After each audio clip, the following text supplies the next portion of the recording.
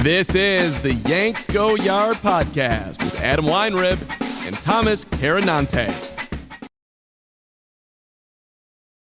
Oh my gosh. Welcome to the Yanks Go Yard podcast. I'm Adam Weinrib alongside Thomas Carannante.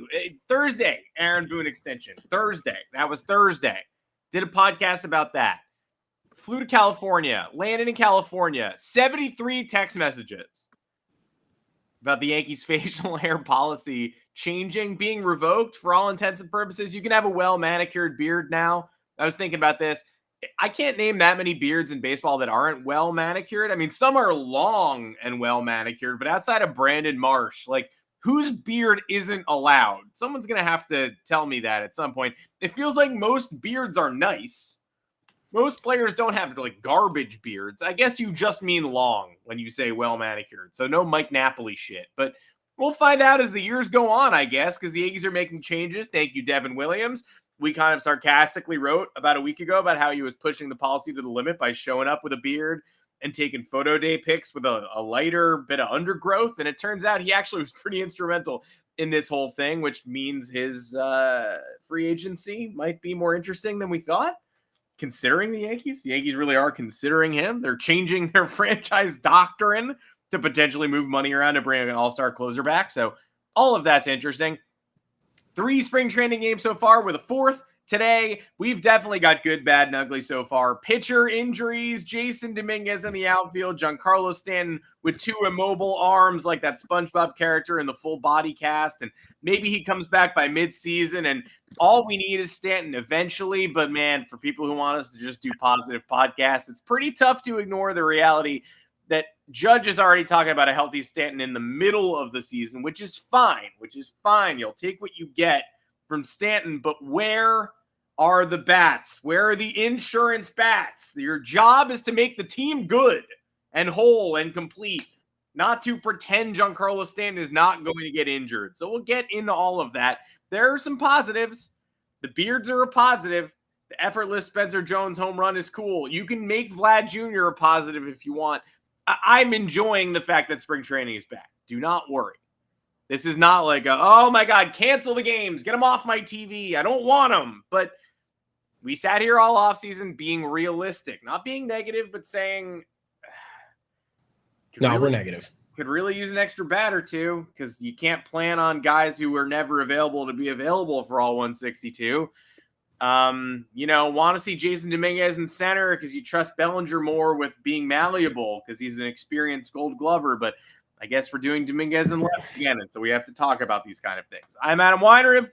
You can find me at Adam Weinrib. That's my handle on Twitter. You can tell I took a red-eye flight last night. 2 o'clock Eastern every Monday. Closing out the podcast. Closing the show 3 minutes in, just not going well so far. 2 o'clock Eastern every Monday, Thursday on all podcast platforms.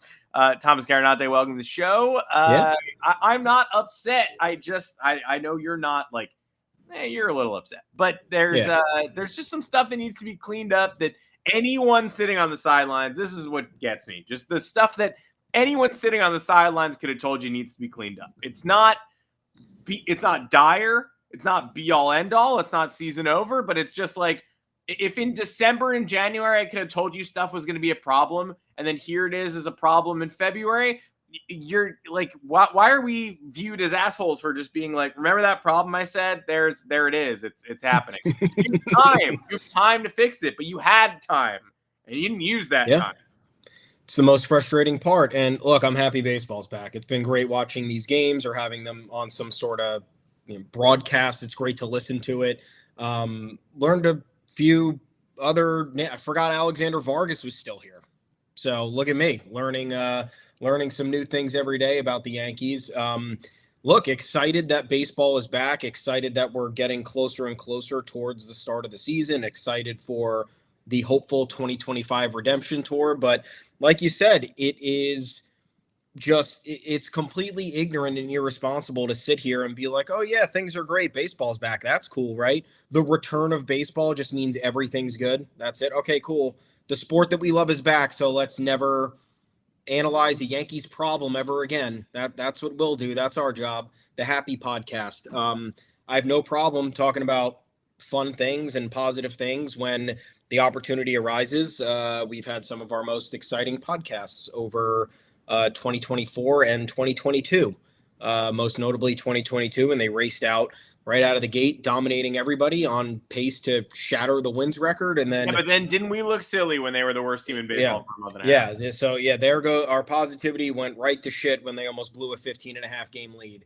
And then last year when Juan Soto was here and the anticipation heading into the season, and then the early success in April and May that we thought was setting the tone for the rest of the year, silly us again. But then the playoffs came around and we had some electrifying moments. Giancarlo Stanton, iconic performances, Juan Soto's World Series clinching home run. So, I mean, you can't say that we're not here for every moment of Yankees happenings. But yeah, spring training's here. There is a lot to dissect. There are some positives. There are some head scratchers. And again, what we always come back to on this podcast, in our written content, or just in talking to Yankees fans, is if we can diagnose a problem or point something out from the bleachers or from the couch, and then we're sitting here 5 months later saying, oh, okay, so the thing that I thought was going to be a giant issue actually probably is a giant issue. The depth, for example. The Yankees knew about this Giancarlo Stanton injury. We don't even have to talk that much about it because he's now going back to New York for testing and for, I guess, extensive imaging to see what's going on. They've known about this injury since last year. Why would they not have known that it gotten worse over the offseason? Are they not talking to Giancarlo Stanton over the offseason? So you would understand that they probably knew all along what was happening. And then now knowing that information, that they sat there and they said, okay, there's a chance we're not going to have Giancarlo Stanton to start the season. And then they sat there again and they said, but we're still not going to add anybody.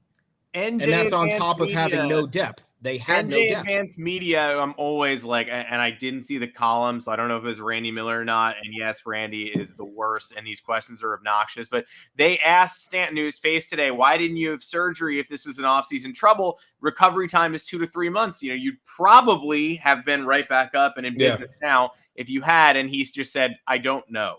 So I didn't even see that. It's more hoping it would go away, right? And nobody wants unnecessary surgery.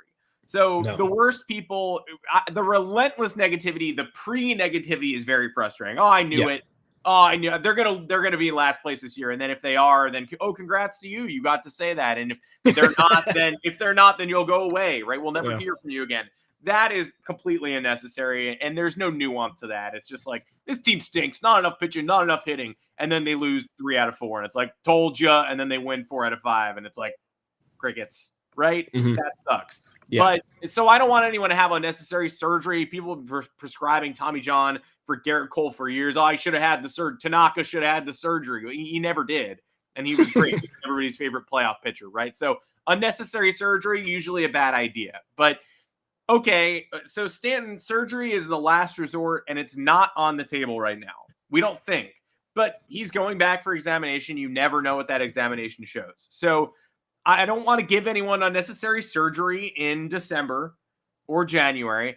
But if I know someone has an elbow problem that's in both elbows that is not even allowing them to swing a bat, and it won't go away, and it's troublesome, and we can't rule out surgery, then go get me another bat. Yeah. Go get me a DH, because right now the DH option is either Jason Dominguez DHs while Trent Grisham plays left field, or Dom Smith goes north with the team, or Ben Rice gets more reps, and that's what they should do. But even that, like, how confident are you in Ben Rice just seamlessly stepping in for Giancarlo Stanton? Someone who we know now, if we didn't know it before last year, at his peak is you can't replace that person. That is a magical bat. So your goal isn't to replace that person, but your goal is to have a thumper who opposing pitchers are scared of. And I believe in Ben Rice, and I like Ben Rice. Ben Rice didn't show anything last year other than unresolved metrics to prove he shouldn't be starting the year on the bench. I like him in the big leagues. I don't like him as the starting DH on opening day. Yeah. And that's the best option. That's the one I would advocate for right now, because you didn't go out and get somebody experienced like a Justin Turner who cost $6 million. And isn't a first baseman right now and isn't a third baseman right now, but can definitely hit you 280 with a 360 OBP for a month and a half while Giancarlo Stanton is out, and is a gamer and is someone who similarly steps up in big moments. So JD Martinez is still available. I don't really want JD Martinez on the roster, but I wouldn't mind him taking those reps over Ben Rice. And that's not the preferred option because Turner was. And many people who are already gone are. Jake Berger was available this offseason pretty much for free. And he's mostly a bat. If you're playing Jake Berger at third base, you're probably lost. But 30 home run bat was available because the Marlins are a money laundering organization. They're not a team. So you could have had Jake Berger. You could have had Jock Peterson. It's tough because you don't want to sign a DH first player until you have to, because Stanton is a top, 5 primary DH in the sport still when healthy. But yeah, if you knew this, you can't just enter the offseason. You can't exit the offseason and enter spring training Stanton's not ready and we don't know when he will be ready. And theoretically he might need surgery. But good thing we did nothing to address that. You can't reasonably say that. Well, and why is he going back? And I always want to know more about this because the timing is, the Yankees don't realize that the timing of all this is what has everybody confused. Why is he arriving to spring training and then going back to New York for testing? He had said that this issue bothered him last year and gotten worse over the offseason. Why was he not tested during the offseason to determine the severity so the team would know where they stand come February? Like, this is the shit that gets everybody mad, and this is what makes it seem like it's unserious. And then you look at Chase Hampton, out for the year with Tommy John surgery. All of last year, the Yankees were not clear and not forward with his injury. First, it was a shoulder, then it was a forearm, then it was an elbow, and then we're like, all right, well, what's going on? He ends up logging 19 innings. Like, he seems to might have gotten over it, shut him down towards the end of the year, so we'd make sure that he might be okay for the offseason. Then he spends all of the offseason, I guess, ostensibly working out. Then he arrives at spring training, and he's shut down, and now he has to undergo Tommy John surgery. So what is going on? Why does it seem like the warning signs are all there for all these situations, and they're being ignored or swept under the rug, and then we get hit with the worst news possible where we're either understaffed in some capacity or you already missed the boat. Like you said, are any of these options going to replace Giancarlo Stanton? No. To be honest, did we expect to have Giancarlo Stanton for 160 games? No. He's averaged 82 regular season games since he's arrived in New York, and that doesn't count the short in 2020. He's barely available, but guess what? Him standing in the batter's box for 80 barely above average games changes the complexion of the entire lineup. And then his contributions in the postseason are the luxury with which the Yankees pay for. But now, instead of having at least a veteran who can work counts in Justin Turner, great example. Maybe he didn't want to come. We'll never know, right? We'll never know if he wanted to come here or not. But you look at the details and you say, okay, well, the Cubs got him for $6 million. Would $9 million got him to New York, knowing the Yankees needed 2 good months of production from somebody like that? Beard rule just changed. Beard rule just changed. You knew you were changing the beard rule. So it's just so confusing, and none of it makes sense. And again, on top of that, you go into the season with an incomplete roster. You already went into the season without a starting third baseman, with questions on where other guys would fill reps, whether it was second base, whether it was left field, whether it was center field, whether it was whatever they were going to do with these other depth options. And Ben Rice, now we have some clarity on that. He's going to take some reps at catcher, whether it was Oswald Peraza, whether it was what's going to happen with DJ LeMahieu. So you have all of these questions, and you have refused to tie anything together or tie anything up. And now it's just like, it's more confusing than it was. And again, spring training should be, in theory, a happy time where we're going back to baseball. We're having fun watching baseball. We're having fun watching position battles and all the competition and all that. But the Yankees don't foster competition in spring training. It's a famous thing that they don't do. There are no position battles in spring training. They're telling you there's one at third base right now. I don't understand how it's a competition. I really don't. And then look, the fans some fans just don't get it. And that's where I get pissed off. because you had the announcement like last week or whatever. Aaron Boone's like, yeah, we're not getting Austin Wells or Aaron Judge into games until March. And they were like, okay, cool. Why? And they're like, well, they had long seasons. And it's just like, what are you even talking about? We know they had long seasons. You ran Anthony Volpe into the ground 2 years in a row. That hasn't limited him in spring training. Then you have Austin Wells arrive this year, and he's like, yeah, I'm not ready to swing yet. And it's like, what? I don't need Aaron Judge appearing in a spring training game at all, but don't tell me he just endured a long 2024. We already know that was the case. That's never been an excuse to not play somebody in spring training. Ever. You're either, spring training is for one or two things only. It's for people to rise up the depth chart in some capacity and, again, foster that competition, which the Yankees don't do. Or it's for prospects to prove themselves in some capacity, or it's for injured players to get reps in to work themselves back up to speed. Everything else is nobody gives a shit. It's players who are experienced. They already know what they're doing. I don't need to make sure. I don't care what Aaron Judge does. I didn't need Giancarlo Stanton getting any at-bats this spring. I don't really need to see what Cody Bellinger and Paul Goldschmidt do. They've been in Major League Baseball for 10 years, 8 to 10 years. So then you have all these other situations at the margins that are still not fulfilling themselves for the Yankees, and you're just like, what's the point of any of this? And it's frustrating. Well, if third base is an open competition, then where's DJ LeMahieu? This is game 4 today. He hasn't played yet. Like, I don't care. I don't think he should win the job, and I don't think it should be an open competition. But if it is and they're giving him all chances to win the job, where is he? He has not played yet. He's not doing anything to win the job. Well, we saw the clips. We saw the clips. You're either implying that the job is already lost, or you're implying that he's already got the job so won that he doesn't even have to compete. I hope it's the first one. Because, we have not seen him yet. Spring training doesn't matter unless there's actually something up for grabs, or if you're trying to gain pitch data. The Wells thing's still so confusing. And again, of course, he's not ready to swing, or they're going to hold him out of games for a while. And everyone's like, so what does that mean? Is he hurt? Is he good? And they're like, no, he's good. We're just holding him out of games. And then he hits a BP home run, and everybody, coalesces to be like, oh, you see that? I thought he was hurt, though. And it's like, the BP home run actually tells me nothing. It makes the situation more confusing. Yeah. Why is he taking BP hacks, but he can't play? Yeah. I still think he is. Like, I don't think he's hurt. I don't know how much truth they're telling us, and I never will. But the BP hack makes things more confounding, not less. Yeah. Oh, I thought he was hurt, but he's taking one high-speed swing off a BP machine. Yeah, that makes me go, wait, then why isn't he hitting anywhere else? That's making me more and more confused.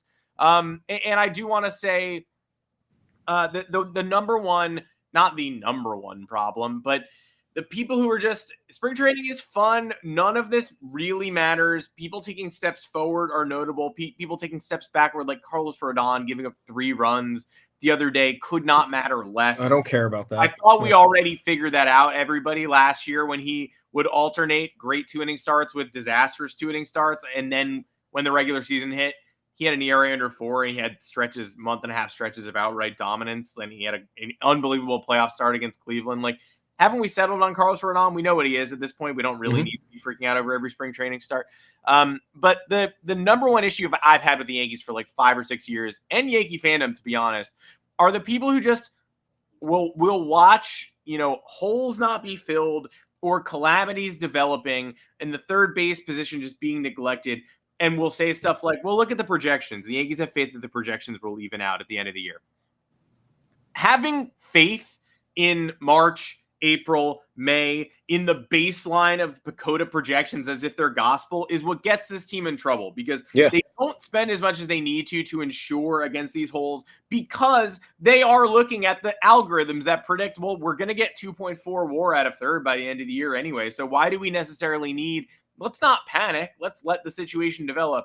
Okay, you are people who get angry at analytics for predetermining outcomes of games and of usage patterns or whatever. What you should really be mad at are people who use algorithmic formulas to just stay calm through months of time when they could potentially be insuring themselves against outperforming the projections. The likely reality that this team does not perform to the projections. This is just math.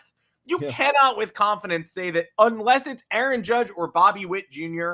or Juan Soto, you cannot with confidence tell me the amount of WAR that a player is going to produce in a given year. Players go up and down unless you are talking about the cream of the crop. So you cannot tell me with confidence that Jazz Chisholm is going to be an X-WAR player this year. You can't. Austin Wells, you can't.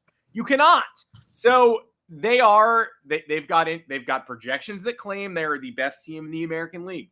That's great. I love that. Even if they play to those projections and the math checks out, that says nothing of how they'll hold up in a short series, of how they'll hold up under pressure, of the leadership qualities that they will need to show over the course of a long season and then into a short series. The projections did not indicate that the Yankees were going to play the Dodgers basically to a draw last World Series and lose because Gleyber Torres couldn't handle a relay throw and Juan Soto couldn't figure out how to work Dodger Stadium's right field, and Oswaldo Cabrera couldn't figure out how to get one out or maybe even two in the extra innings, or Jake Cousins couldn't figure out how not to walk Gavin Lux. Baseball is 30,000 small moments in a season. It is not one group of preseason projections. So I like that preseason projections give the Yankees confidence, but when you're assembling a depth chart, it needs to be so much more than that. And it never is, because the Yankees are relaxed because they believe that eventually the stasis will even out and they'll get to a place where, well, we had a terrible April, but we're going to have a great May because the projections indicate that we should be here and we're this far below. And if we're this far above, then we'll eventually hit that middle baseline. And that's just not how baseball works. It's a nice guideline, but letting projections stop you from making necessary upgrades is probably the most frustrating thing about the Yankees' current operational manual and the way the fans treat struggles. You don't need to pull your hair out after every bad loss in April, but I don't need to hear from you that it's going to even out the projections. They're going to match the projections. Often they don't in many different aspects. Sometimes they exceed low projections often, and they often fail to reach lofty projections. I've yet to see a season where I get to the end of the year and I'm like, wow, those projections were hyper accurate. They told the story of the season. No. Yeah. And look how the projections also never matter. Like, well, I would love to know what the Yankees were projected to do in 2022 and 2023. Like, even with the way that they, quote, evened out in 2022, the projections don't tell you you're going to ride the high of a roller coaster and then get dropped out of an airplane. Or 2023 where Aaron Judge misses 60 games. I understand that's a big loss, but like, are you supposed to have the worst season you've had in 3 decades because your best player missed a third of the season? Just doesn't seem like that adds up if we're talking about the basic math of the projections. So again, they're not accurate. They are a solid baseline if you would like a guide to where you might end up at season's end. But like you said, it's all frustrating. Anyway, good updates. How about good updates, folks? Facial hair policy change happened on Friday. Two big changes. 1973, this was first instituted. Pretty wild. It stood the test of time until a few days ago. Now I can't name a Yankee with facial hair from the 50s and 60s. Maybe. Yeah, you always look at old pictures of I think, it might have just been a thing to shave back then. There weren't many players with more than 5 o'clock shadow back in the day. Like Sal Magley of the Giants and Dodgers always coming on the man looking like shit. Like basically looking like my exact vibe right now, coming off a red eye, coming back from a plane. But not a lot of facial hair back then, and Steinbrenner made it official in 73. A lot of mustache action over the years, but no beard. Yeah, stashes are good. Look, and it's funny. Look, when this happens, like, you have a subsect of people who are like, man, this was actually cool about the Yankees. Can't believe they did this. Yeah, where were all of you, though, while the policy was in place? Didn't hear any of you saying the policy was awesome until they got rid of it. They didn't want to have the unpopular opinion and get dragged on social media. But look, whatever the Yankees do is always wrong. So people had the facial hair policies and tradition is actually good takes locked and loaded for the second they got rid of it. But when it was in place, uniformly, people were saying, what is going on? Why are the Yankees living in the 60s? Why are we doing military crew cuts? And then as soon as they take it off the books, a bunch of people are like, that's what was good about baseball, actually. Shut up. Yeah, it's nuts. And of course, the facial hair policy, it was, again, you had to live somewhere in the middle to understand it. One, was it outdated?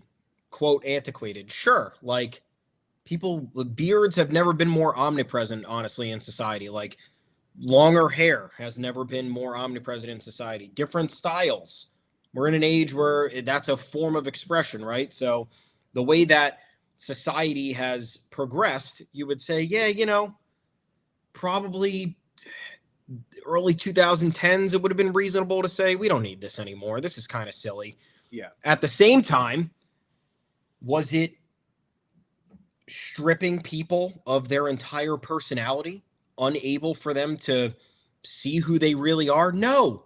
Hair does not define a person's characteristics or individuality. It's just another layer of the aspect of that personality. Just because somebody comes over and has to shave their beard doesn't mean they're zapped of their powers or they can't recognize themselves because they don't know who they've become, as if they just underwent some sort of personality shift and ideological shift.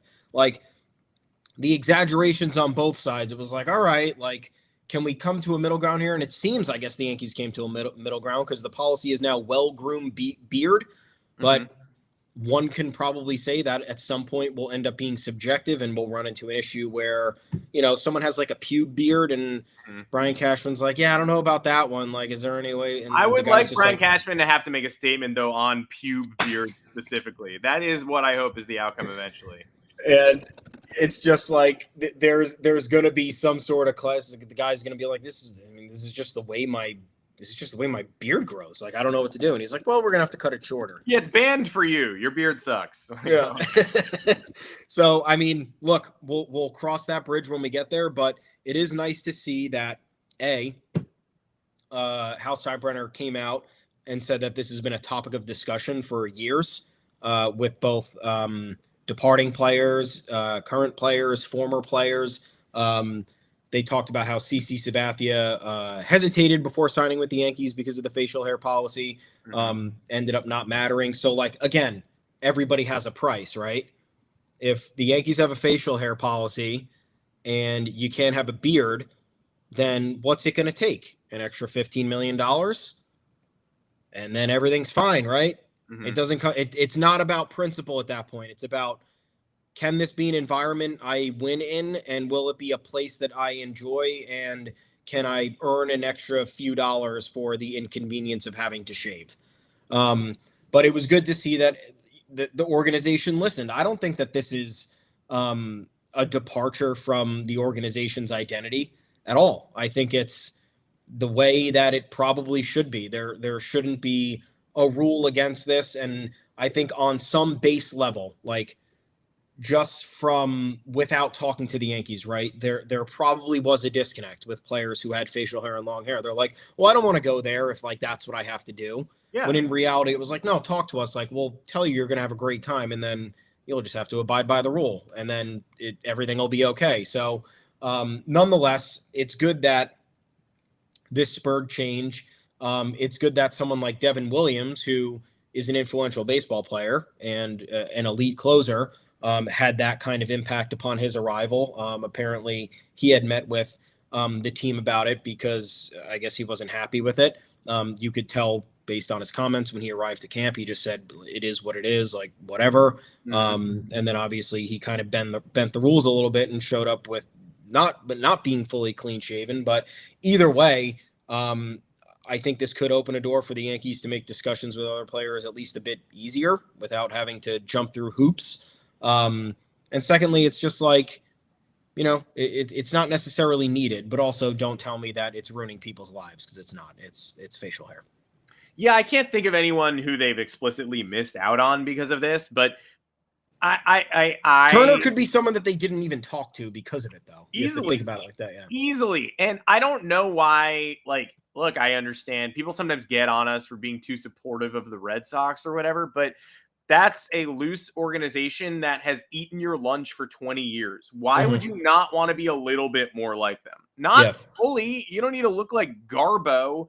Like, you don't need to, hire an unruly crew of long-haired, ragged idiots. They call themselves that, not me. You don't need to remake your roster in their image, but don't you need to get an agitator? Don't you need to get people who can rile up an opposing team again? You don't need to spike people. Don't you need to be a little rough around the edges at a certain point? And this is a good way of getting there. So the people who are like, man, I miss tradition. What tradition? And also people being like, man, Juan Soto broke this organization. No. The 2004 Red Sox broke this organization. They haven't fixed themselves in 20 years. So wouldn't you want to be a little bit lax, a little bit more like the division rival that has 4 World Series to your 1 over the last 20 years? I hated Dustin Pedroia. You bring up Dustin Pedroia into pinstripes, I'm on board. That's the energy that winning baseball teams have. The Yankees used to do it as a ruthless machine. They've tried to do that in recent years, but they break down at key points. They don't hold up. They don't have an identity. Their identity was being babies for like a year and a half. And that didn't work. And then they grew up and all those players ended up being not very important or good. So what's the identity? Is it remember the 90s or is it something new? I think this is unequivocally a positive step forward, and it just limits your options less. Same with common sense. After losses for years, the Yankees played the Liza Minnelli version of New York, New York, instead of the celebratory Frank Sinatra version. Yeah, that was fine. It was a little bit disrespectful to Liza Minnelli's empire to be like, oh, yeah, okay, cue up the loser version, the girl kind. Like, that wasn't great. But it was more somber. It was more morose. And it gave them a win song. Everybody associates New York, New York with Yankee wins. The theme from New York, New York, by the way. The Frankenstein's monster situation. It is the theme from New York, New York. Yes, I know. But people associate that with Yankees wins because that's what they play when they win. So playing the win song when you lose, people, outsiders may say, what's the big deal about this, right? Who really cares? Well, you're stripping yourselves even further of that identity. John Sterling screaming and New York, New York, Yankees win. John Sterling somberly saying another team wins plus the same song when you lose. It just further says, it screams, this is an entertainment product, not a sport, right? It's not a sports team, win, loss, whatever. It's the same to us. You still came out to Yankee Stadium. You still bought your chicken. You still got to hear the song at the end. Like, you wanted to, right? It's our tradition. So here it is. We lost, whatever, but you got what you paid for. You got Aaron Judge was there, and then you ate. And then at the end of the game, we played the song. Okay. If you're serious as an organization, you're going to play a different song when you lose versus when you win. You're going to make the experience different. You're going to encourage winning. So now that they're playing That's Life at spring training, when they lose, great song. Sticking with Sinatra theme, great song. Still an experience, but one that makes more sense.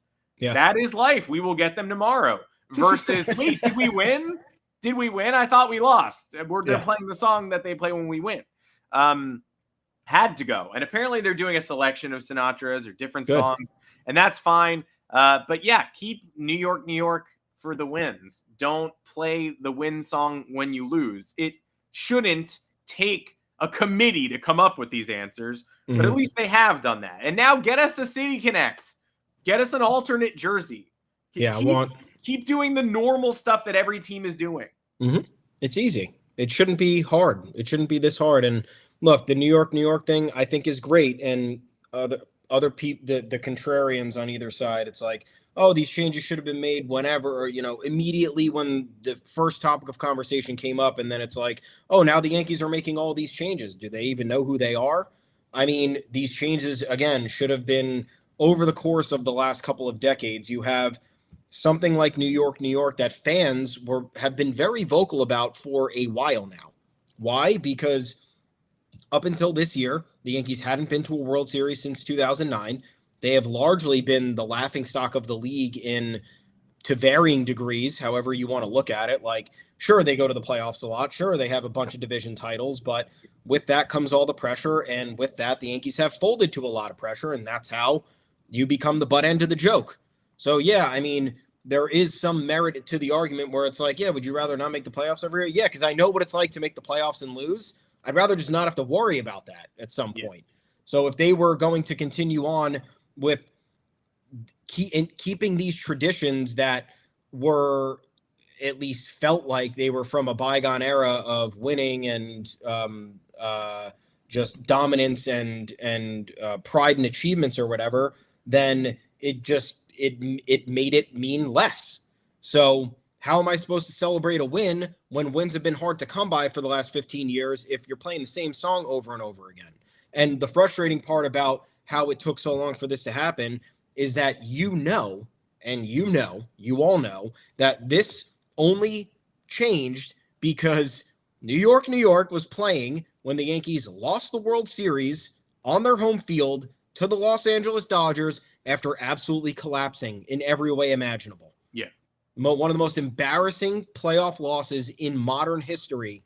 That song's playing, the confetti's dropping, the Dodgers are dumping all over your field, and you have nothing to do. And it just it removed every bit of nostalgia. It removed every bit of pride from fans at that point, just in that moment in time. I'm not saying it's all erased now, but like in that moment in time, you hear that song playing and you're like, well, what the fuck, man? Like, this is insane. Like, Talking Yanks did a live podcast from Yankee Stadium, and that was what you heard in the background. And in front of you was dejected voices talking about how this is the Yankee. It's going to be very hard for the Yankees to come back from this because you've never seen a collapse of this magnitude in I don't know how long, because you can't think of one off the top of your head in this lifetime. So yeah, again, it's nice that we're moving forward in this direction and changing and listening to fans and listening to outside pressure, because at some point the outside pressure should influence decision making as long as it's not occurring rather quickly and knee jerky. That's not happening here. But it's also frustrating that it's like we had to live the most embarrassing version of New York being played at a game or after a game for us to say, okay, maybe what everybody was saying for the last 8 years was correct. Maybe we shouldn't do this anymore. And it's like, what is anybody doing? And like, who's the person cueing that music every night? Game 5 of the World Series, being like looking at a keyboard, being like, yep, Frank Sinatra, yep. New York. Here we go. Boop. Ding. Here we go. Job over. Now I go home. It's like, do we have it's just AI running the Yankees organization? No one they just have a handbook to work through the entire time. There's no constructive.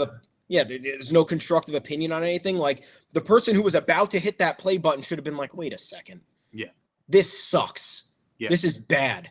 Would have been better if it was I Love LA, like anything else. It's literally like when the Empire State Building lights up for the Eagles Super Bowl win. It's like, ugh, but also fine. Like, at least it's not in Giants colors. Yeah.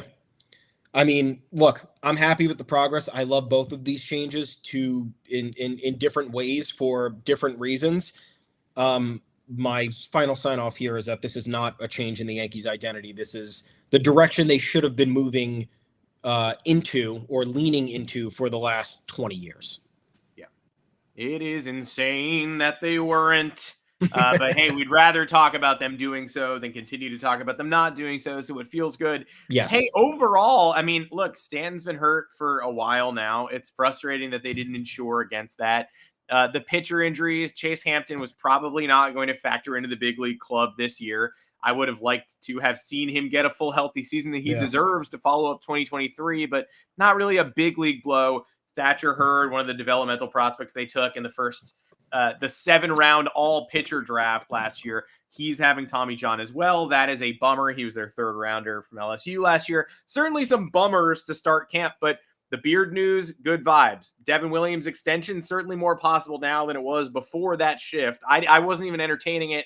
Now I'm thinking about it. Let's see a year. Let's see what it looks like in pinstripes. But yeah, I'm thinking about it now, and clearly so is he. There's a reason he's having these meetings. New York, obvious, needed to happen, but still a push in the right direction. Mm-hmm. Spencer Jones and his new stance. I think that is a positive, and he showed you what he can do. He hit a pop-up from the left side of the plate that carried all the way over the wall in left center field. So that's not normal. That guy is not normal. It doesn't mean, hey, he's ready for prime time. Let's bring him up. But any positive signs. I mean, he will be a player who strikes out a ton.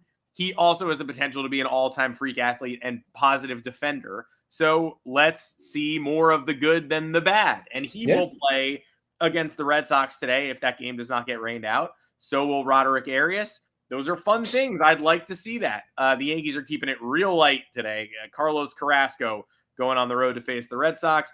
Not necessarily a game where wins or losses matter, but let's see what Jones does. Let's see what Arias does. fun. I liked what Will Warren did. I want to highlight that too. Yeah. So I don't know like where this guy came from, but last year, straight fastball did not work. Managed to subtract 1.2 WAR in 22 2/3 innings. I did not know that was possible, but it was. The newfound Will Warren seems more like the guy who people were begging us to hold on to when it looked like we might just swap him for Cody Bellinger and not think twice. The Stuff Plus, which does matter at spring training at StatCast equipped ballparks. Man, Stuff Plus in the 120s basically on every pitch so far. The sweeper at 144 in limited data, right? Limited. One game. But high velo nasty sweeper from Will Warren, who looked like a totally different guy. And you want to talk about Sean Boyle as well in terms of the positives. Yeah, I mean, I had loosely followed when I cared about prospects, I guess, loosely followed him years ago. And then I was reminded last year that he existed. 28 years old. It's been a while too. Yeah. Yeah. Drafted in, what was it? 2017, I think, something crazy. 2018 in the 25th round out of Dallas Baptist, the same college that produced Yankees legend Chance Adams.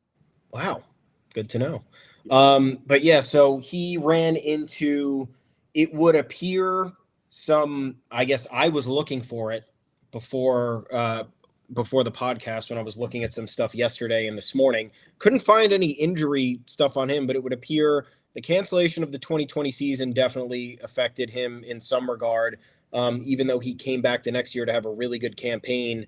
And then 2022, he was a full-time starter, which he had never been up until that point, and he actually had a good year. And then 2023, he was limited to 9 starts, so I'm guessing that's where the injuries occurred, and then that leaked into 2024. Maybe it was an elbow surgery at some point in 2023 that limited him to 35 innings that year and then 21 innings last year. But he throws, 3 scoreless yesterday? Yeah. And this team needs bullpen depth and any form that they could possibly get. So the fact that this guy has stuck around for as long as he did, with all these issues that have seemingly existed. Do you have any idea of what the injuries were? No, but last year he pretty much disappeared. Yeah, it was 21 innings last year, and it's weird. He's been logging every single year, with the exception of 2023, logging innings at multiple levels of the minors. So he kind of crashed and burned in 2023 at Scranton, and I don't know if that was injury related or not. He had started 9 games and had a 6.69 ERA and a 1.60 WHIP.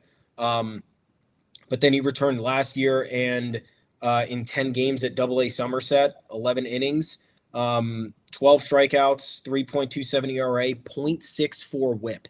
So am I excited about him contributing to the big league roster? I'm not going to bake that in yet, but if we have a guy at AAA that can come up and, relieve these other players who are going to be we have a lot of high leverage guys in this bullpen that are going to need to be preserved throughout the year. So this excites me, especially with Chase Hampton's injury. And I have to say that I was all equally excited about Will Warren's debut because I've been really low on him. And I was one of the guys saying, if Will Warren's holding up a Cody Bellinger trade, then we really need to reevaluate things. So Brian Cashman, great job on that front, just parting with Cody Poteet. Keeping Will Warren. Don't know if the dividends are going to be paid on Will Warren, but like you said, there's good stuff in the underlying metrics. The scouts still loved him when we were reading the stuff over the offseason. We're like, I don't know what they see. He can't control the zone. So if you can't control the zone, how in the world are you going to be effective at all? But I couldn't be more excited based on that one performance. I know it was only 1 and 2 innings or something. But yeah, really good rebound from, and again, perspective, right? Will Warren, terrible 2024. Felt bad for him. Maybe he wasn't ready. Mm-hmm. It is what it is. Like, it happens, right? So what does Will Warren need to do in spring training? Will Warren needs to not start spring training off like a disaster. It's just the easiest ask you can have of anybody. who's trying to rebuild confidence or rebuild an image for the following year. Oswald Peraza dropping a pop-up last year. It's like, there's that. Great. Can't do it. Yeah. You can't do that. It sets the vibes off. It gets the conversation started in the complete wrong manner. Then you're diving, and it's what's happening. Are we done with good news now? Can we go to bad news? Sure. I want to give credit to Michael Arias as well, who threw 97 the other day and looked like I have no idea why the Cubs DFA'd this man for Colin Ray. He's got 2 minor league options. We don't even need to carry him, and so we won't. He'll go to Scranton, but he looks absolutely disgusting. And without Chase Hampton, Cam Schlittler stepping up and pumping that high fastball, nasty curve, catching people looking on the hook combination. Overall, I mean, 3 games in, the Yankees pitching depth looks as nasty as we were told it was, and looks as nasty as the pitching development program has gained plaudits for making it over the past couple of years. But on the offensive side of the ball and the defensive side of the ball, here you go. Yeah, and look, right in line. First of all, props to those guys too. Excited for what's to come. The Yankees have a little bit of work to do with Fernando Cruz, a little rough outing yesterday or Saturday or whatever it was, but not worried about it. Now, what I am worried about that other people are downplaying. You have Will Warren, right? We just said it. Bad 2024. What's the best thing you could do? You can come into spring training. You could take that first start and you could say, fuck you. I'm blanking these guys. I'm doing exactly whatever I need to do to shut these players down for the allotted amount of time that Aaron Boone has me out there. Great. What does Jason Dominguez need to do, folks? Jason Dominguez, last year, water under the bridge, right? 2 massive injuries. He had Tommy John in the offseason. Came back from that, then suffered an oblique injury. So he was already working from behind to get back up to speed from Tommy John. Then he shut down for 6 to 8 weeks because of an oblique. Season gets started super late, never really gets on track. 58 games in the minors, then finally gets elevated to the big league roster in September. And it was as bad as it could possibly be for a prospect of that pedigree, right? He plays in left field. For the most part, defensive issues left and right. Like, doesn't look comfortable out there, wrong routes to balls, dropping pop-ups, botching grounders, and then hits 179 in those, 18 games or whatever, strikes out 19 times, doesn't slug at all. So you're like, all right, sucks. Overall, it sucked. It was a lost season. He had multiple injuries. It was going to be hard for him to, recreate what he did in 2023 when he came up and immediately just dominated the Astros. Like, we knew that wasn't going to get uncovered immediately, but at the same time, we were like, this guy could be better than Alex Verdugo, right? Like, Alex Verdugo is statistically one of the worst players in baseball right now. Like, Jason Dominguez can be better than that, right? No. Okay. I chalked it up to injuries. I said, you know what? That put him on a bad course. And then the fact that the Yankees said, this guy's not ready for when rosters expand. So, Brian Cashman said there was no lane for playing time for Jason Dominguez when the September rosters expanded, and everyone sat there and they were like, well, yeah, there is. There's 3 players on this team who are bad, and there is 1 super top prospect who we know is very talented. So why are we not giving him the chance? Then 9 days later, the Yankees say, actually, you know what? There is a spot for Jason Dominguez. Now You're right. We have the perfect plan for him. We're going to put him at a position that he's completely unfamiliar with at the major league level, and we're going to see what happens. So back in September, I was blaming the organization. I said, this is ridiculous what they're doing to Jason Dominguez. It's not fair. It's disrespectful. They're fucking up his development. Okay. Again, water under the bridge. Season's over. Lost the World Series. Got to regroup for 2025. Now, you have Jason Dominguez essentially. After the Cody Bellinger acquisition, we didn't have clear answers, but over time it became apparent that he would be starting in center field, and that left field open for Dominguez. The Yankees essentially said the spot is his to win, yada, yada, yada. What happens first day of spring training? He botches a ground ball single to left field, walks up to it, completely misses it, rolls up his arm, bobbles it, drops it. He's lucky the runner wasn't being aggressive, or else the runner would have taken second base, but it's spring training. Then yesterday, loses a ball in the sun. You could argue this third point. There was a ball in the gap that was hit that he did not get to. Confusing. Very confusing. I'm willing to give him a pass for this, but upon looking at the replay, it looks like one of 2 things.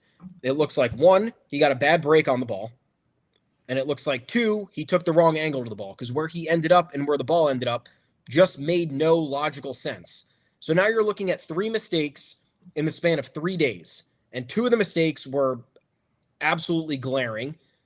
And one of the mistakes was, oh, yeah, like, we're going to really pile on this guy for not getting in a ball in the gap. And it's like, again, if you need to appear in spring training and have everybody forget about the problems from last year, the goal should be not botching routine plays, right? So, and somebody got on me on social media for saying, oh, it's only spring, you idiot. Yeah, it's only, you know who spring is for? Spring is for players who need to reestablish their reputations. Spring training is not for getting in the feel of making routine baseball plays. That's in your DNA as a professional baseball player. Your spring training is for building back your strength, getting back up to game speed, hammering down the timing with pitching. For pitchers, it's building up your arm, getting the velocity up, getting used to different looks in the batter's box. That's what spring training is for. That's for the more established players. For the younger players, it's no nonsense, no bullshit. Go out there and do what you can. No one's asking Jason Dominguez to bat 500. No one's asking him to dive, robbing home runs over the fence, but this is a bad look early on. This does not quell any of the concerns that Yankees fans or the Yankees had about the left field situation. And I'm not here to have the argument that this is only spring. This is only spring applies to Aaron Judge.